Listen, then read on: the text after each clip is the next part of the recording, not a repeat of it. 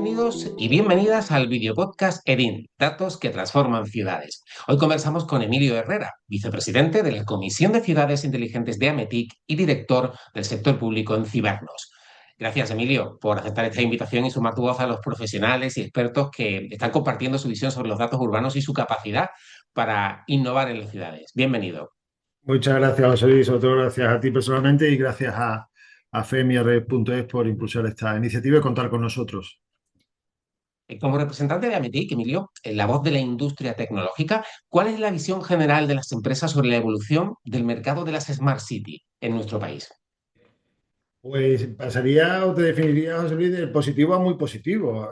Y esto no es un optimismo infundado, sino es el análisis de la evolución histórica que ha tenido un modelo, un ecosistema nacional, que los que también tenemos intereses o desempeños internacionales sabemos que es un ecosistema o una industria referente en el mundo, referente por su tecnología, pero sobre todo por su colaboración público-privada entre el sector público, las administraciones y la industria para desarrollar un modelo que nace hace ya bastantes años, que inicia ese proceso más conceptualizado en el Plan Nacional de Ciudades Inteligentes, posteriormente el Plan Nacional de Territorio, la inclusión y la innovación en el modelo, no tanto en la tecnología, aquello de los destinos turísticos inteligentes, el territorio inteligente, los objetos internos de ciudad, es decir, esa evolución y esos cimientos que se han ido construyendo en todo este proceso paulatino, con muchos errores también me gustaría decir que ha provocado posteriores aciertos, ha sido muy positivo porque nos ha permitido situarnos con una infraestructura básica, hemos construido los cimientos para que cuando ahora empezamos a hablar de datos y de explotación de datos, se pueda aplicar esas tecnologías porque ya hemos creado esa estructura o esa infraestructura necesaria para ello. Un cambio acelerado que nos está haciendo tomar conciencia de la creciente importancia del dato, ¿no? Lo comentabas. Desde el lado de la oferta, ¿qué tecnología considera que son más disruptivas en este momento para la transformación urbana basada en datos? Yo fíjate que representamos a la industria de las tecnologías te las voy a mencionar también, pero me gustaría mencionar que lo más disruptivo es el ecosistema que hemos ido definiendo y los atributos de ese ecosistema, la interoperabilidad, la confiabilidad, la seguridad, el valor que esas arquitecturas tecnológicas que hemos ido construyendo, definiendo, para mí es lo más disruptivo, porque después, a partir de esas arquitecturas de ecosistemas, hablamos, evidentemente, como no, de la inteligencia artificial, esa posibilidad de extraer y agregar información en base a los datos. Aunque no sea una tecnología, pero nosotros, fíjate, en la METIC hemos desarrollado un white paper también, el espacio de datos, para nosotros es un habilitador, no una tecnología, pero sí un habilitador totalmente disruptivo y sus características y atributos. Eh, los gemelos digitales, es decir, la posibilidad de simular y desarrollar o anticipar, fíjate que es demasiado pretencioso ese concepto, anticipar determinados estadios del futuro para tomar mejores decisiones en el presente. Para mí son las tecnologías que si ahora, junto con las habilitadoras que conviven, que no por ello son menos importantes, como el Internet de las Cosas, como conceptos de Big Data, conceptos de ciberseguridad que son claves en esa disrupción, más que de la tecnología, del modelo de gobernanza de nuestras ciudades y territorios. ¿Cómo ha evolucionado entonces el perfil de empresas Smart City en los últimos años? ¿Qué tipo de soluciones son actualmente las más demandadas por los ayuntamientos, Emilio? A ver, los ayuntamientos demandan más que tecnología, lo que demandan es información. Lo que demandan es empresas que le ayuden a generar información en base a lo que ocurre en su ciudad. No, ya te lo digo ya tanto ni de los datos, dice qué ocurre en la ciudad. Por eso la evolución, eso me lleva a analizar y determinar que la evolución del perfil de empresa Smart City, que empezaba hace 10 años, muy centrada en su producto, en sus sensores, en sus plataformas, es aquella que está más centrada en entender cuál es el problema y el reto que tiene la ciudad y el territorio o el destino, y en base a eso volver hacia atrás y determinar qué tecnología es la más habilitadora o la idónea para responder a ese reto. Eso ha sido un cambio fundamental en el perfil de la empresa, que antes hablaba solo de tecnología y ahora está hablando de data, inteligencia artificial, IoT, y para eso es un concepto muy importante. Dicen, esa evolución no solo pensemos de la empresa, sino lo que te mencionaba antes, la evolución del ecosistema. Esa agregación de empresas que en nuestra asociación, por ejemplo, existe y en el mercado en general existe de combinación de un ecosistema de respuesta a un reto específico en base al uso de tecnologías de distintas compañías, conforman una arquitectura, como mencionamos antes, para mí es la mejor y la mayor evolución que se ha producido desde el enfoque al producto al enfoque al problema. Esa ha sido la evolución independientemente de que han ido madurando mucho las tecnologías de cada compañía, del inicio, de los pilotos, a soluciones en muchos casos ya maduras, estables, que producen respuestas a esos Unos retos. informes sobre avances de la economía del latón señalan algunos obstáculos, niveles bajos aún de participación de las empresas e instituciones a la hora de compartir datos. ¿A qué atribuye esta reticencia y cómo se podrían superar? Pues mira, yo en ese análisis, que es el que nos tiene a todos pendientes para ayudar a impulsar, si hicieras un análisis descriptivo de la situación, dice, no es una reticencia ideológica. Hemos convencido a todo el mundo, nos hemos convencido a todos.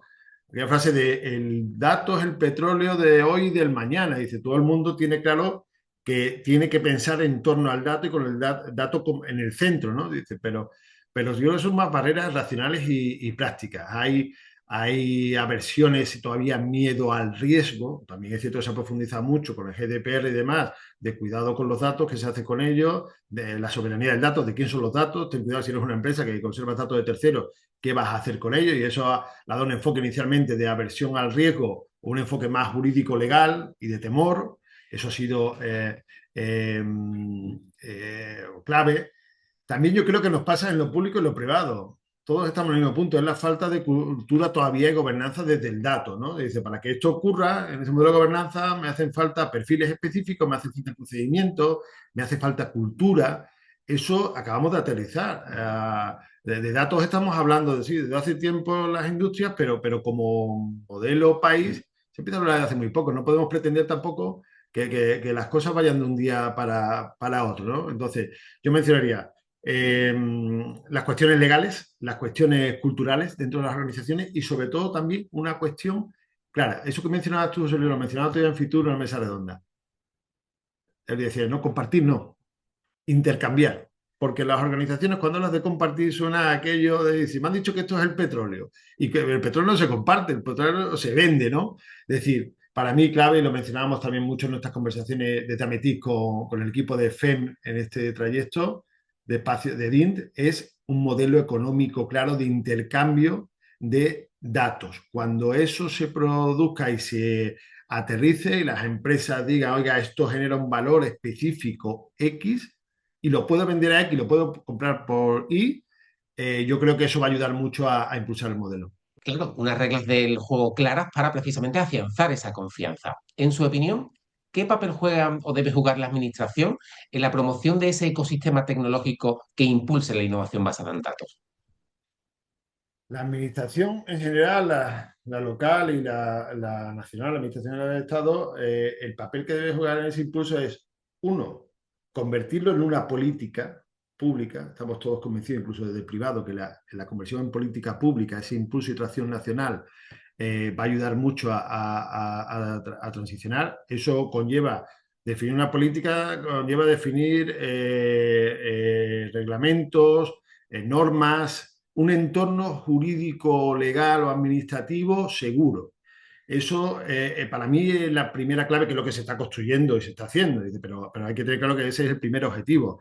Es decir, generar las reglas en el campo de juego. Ese papel de la administración es clave.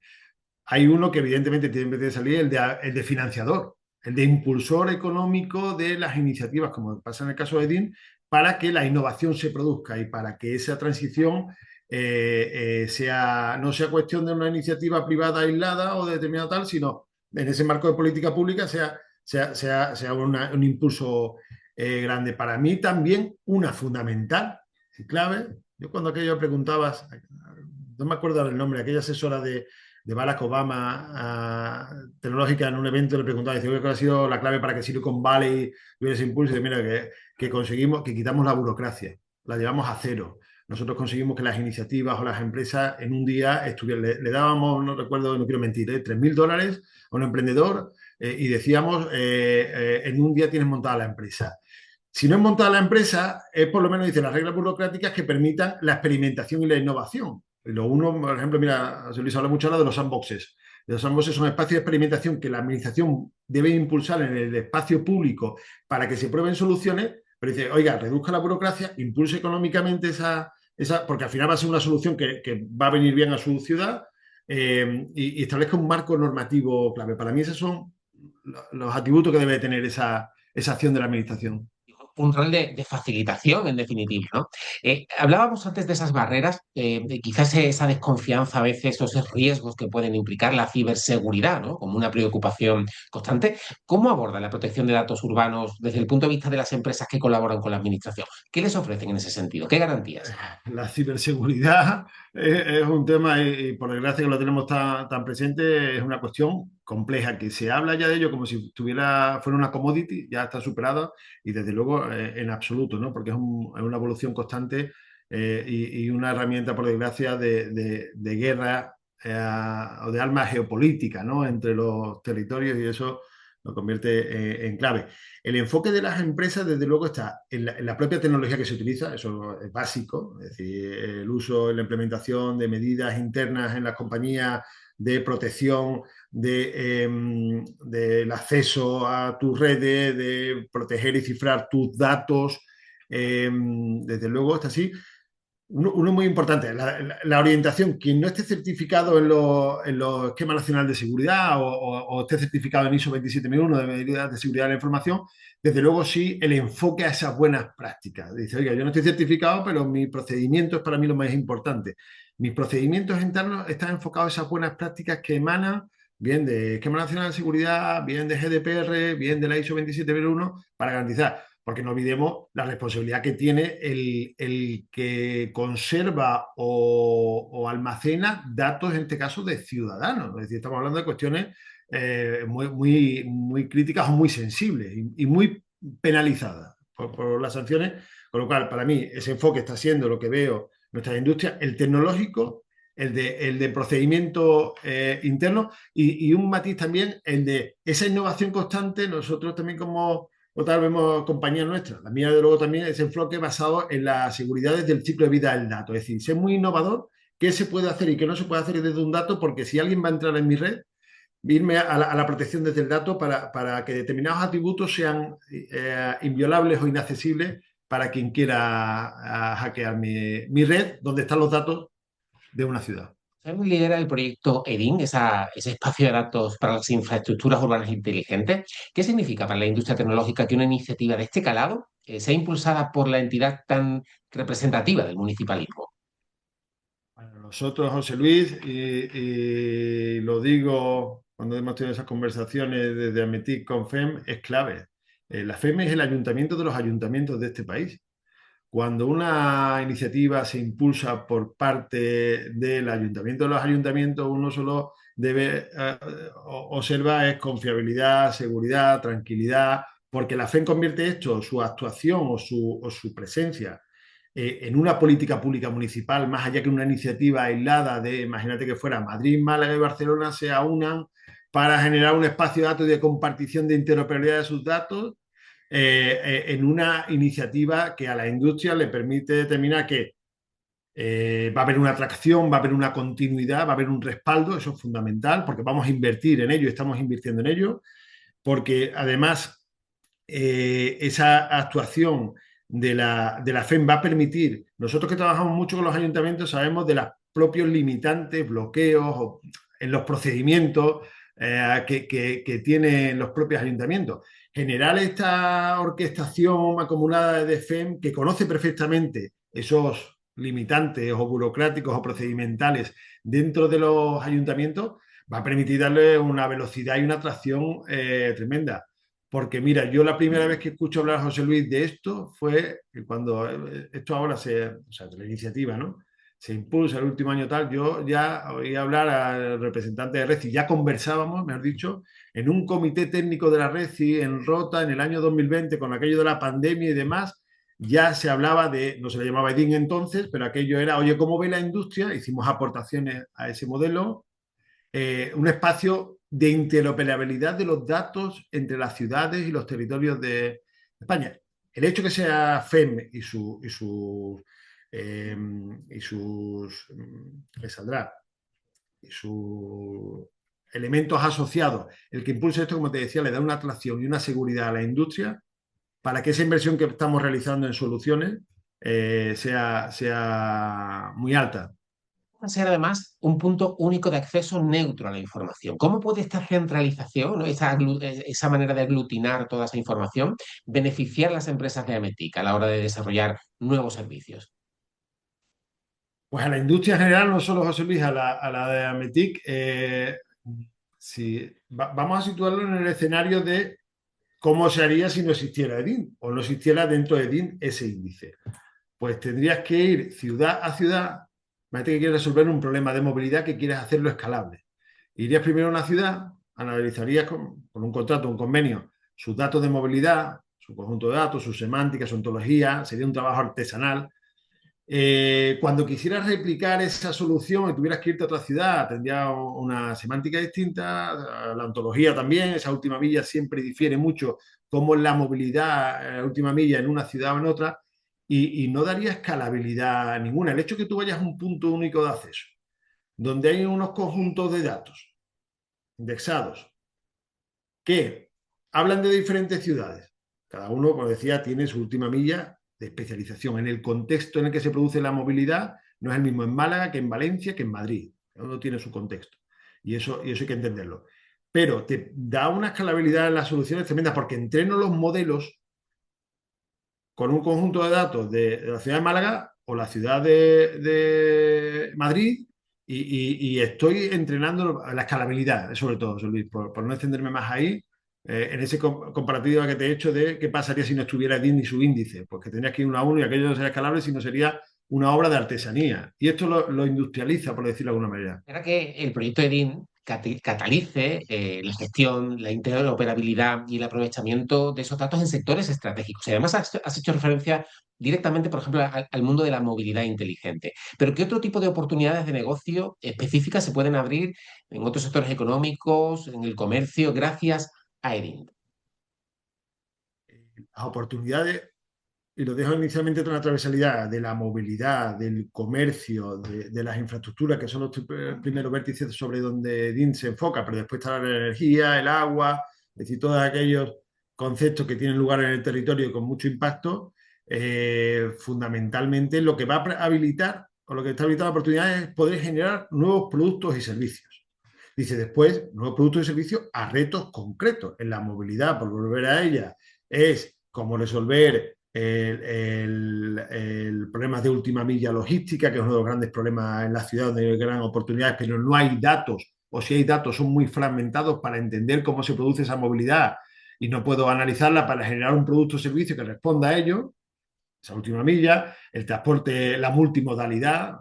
Yo vivo en Sevilla, pero yo soy de Badajoz y mi provincia tiene un gran problema que es gestionar la multimodalidad del transporte público y privado en la provincia más extensa de este país, con municipios muy alejados, con operadores de la movilidad, de cada uno privado o público, que no están conectados entre ellos. EDIN va a permitir agregar toda esa información para que si un operador de la movilidad quiere generar un servicio donde hay una demanda pero no hay una solución, pues pueda entender además el retorno que puede tener de usabilidad y de monetario esa solución. Eso a nivel de movilidad, que hay mucho, como te decía, pero a nivel también de, de comercio.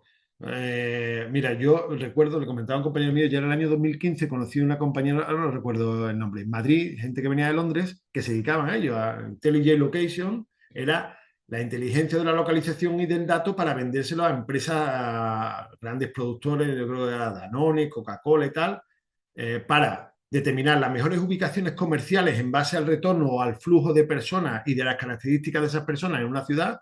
No es lo mismo que yo, como gran cadena o pequeña cadena, abra un establecimiento y no sepa, un poco intuya dónde es la mejor ubicación para mi producto. Esto va a habilitar que donde yo vaya ya tengo un análisis de mercado hecho y de flujos de personas, de tipología de personas.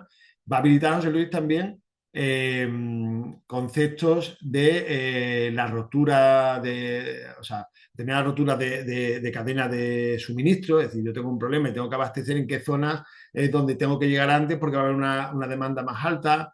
Va a permitir, como decía, sobre todo entender mejor cómo funciona el comercio de la ciudad, qué estímulos responde para que ese tipo de servicios se puedan producir. Y no me quiero ir sin olvidar, y lo digo mucho, el tema de la energía y del agua, sobre todo el tema de energía, si tenemos un gran reto con el tema energético, yo también ese vertical de espacios de datos de energía donde se entienda cómo se comporta la energía ante nuevo este patrón de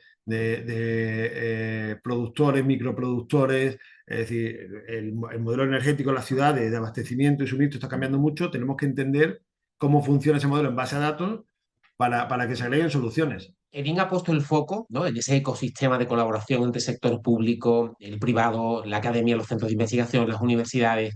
Pero es verdad que en nuestro tiempo, en nuestra sociedad, sigue existiendo aún una brecha digital y también un déficit de talento tecnológico, ¿no? ¿Cómo puede esta colaboración entre el sector público-privado y la universidad resolver estas carencias y ofrecer soluciones para afrontar los retos de la economía del dato? Pues mira, esa colaboración entre el mundo académico, no me atrevería a decir el real porque algún académico me vituperará, pero esa colaboración entre el mundo académico y el conocimiento teórico del práctico que tiene la empresa y del reto que tiene la ciudad del territorio, esa colaboración, esa sinergia es tremenda. Y dice, bueno, aparte de ser tremenda, dice eso cómo se aterriza y dónde tiene ese enfoque práctico. Para mí, uno, en esa brecha digital que mencionabas, es ir desarrollando y generando innovación para hacer cada vez más accesible. Es uno de los grandes retos que tenemos, sobre todo la industria. Nos asumimos esa responsabilidad. Y las ciudades también, el mundo académico aportar, es como hacer más accesible esa interacción con el ciudadano. Eso es número uno, porque hemos dicho que hemos ido construyendo los cimientos tecnológicos para ese cambio de paradigma. No ha sido visible, hay un reto de comunicación por parte de las ciudades, de cómo están transformando ese modelo de gobernanza en base a la tecnología para que los ciudadanos entiendan el valor, pero sobre todo el reto de la interacción. Esa brecha digital debería permitir que fueran tecnologías accesibles para todo el mundo y que generaran valor en esa información. Eso es, para mí, la gran aportación que debe producir el mundo académico. ¿Cómo se aterriza también eso? Vuelvo a referirme mucho, los espacios de experimentación, los sandboxes, si sobre EDIN nosotros estamos haciendo una iniciativa también del kit de espacio de datos, donde vamos con el mundo académico que nos ayuda a desarrollar a entender determinadas teorías de la innovación y nos va a llevar a ese espacio de la ciudad para experimentar. Ese proceso, José Luis, para mí es muy clave, esa suma va a dar lugar a modelos de innovación abierta. No una innovación tan tasada, procedimentada de laboratorio, donde yo determino alejado al problema si esto funciona o no, sino en el terreno, ese espacio de sandbox regulado, y dice, vamos a ir al proceso de innovación abierta, donde los tres seamos capaces de dar respuesta a un reto.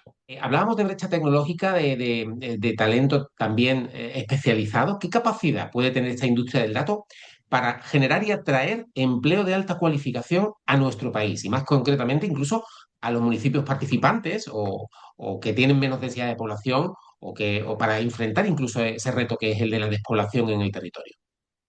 Como te decía antes, José Luis, yo que por mi responsabilidad en mi compañía y también algunas cuestiones con la METIC, tenemos esa visión internacional.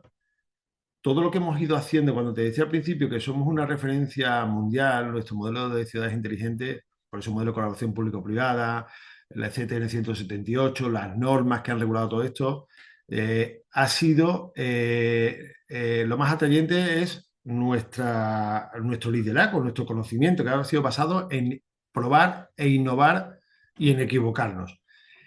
Cuando llega el punto de Dean, yo te asemejaría esto es como cuando éramos pequeños y en nuestras calles jugábamos al fútbol entre amigos, contra una pared, contra una cochera y tal, bueno, jugábamos unos cuantos, a que tuvieras situado un campo de fútbol en mitad de tu barrio, homologado, arreglado, con césped natural, y bueno, la atracción hubiera sido tremenda. Yo creo que hasta los que no hubieran jugado, niños que no jugaban al fútbol, les hubiera enganchado a jugar al fútbol. Para mí esa es la analogía y es la comparación que hay con Edin. Es decir, vas a generar un campo de juego profesionalizado donde todos los actores van a decir, oiga, si yo quiero ser futbolista, aquel es el sitio, el ecosistema más idóneo, porque va a permitir atraer tanto a compañías tecnológicas que van a querer, al amparo de todo esto, entrenar sus soluciones.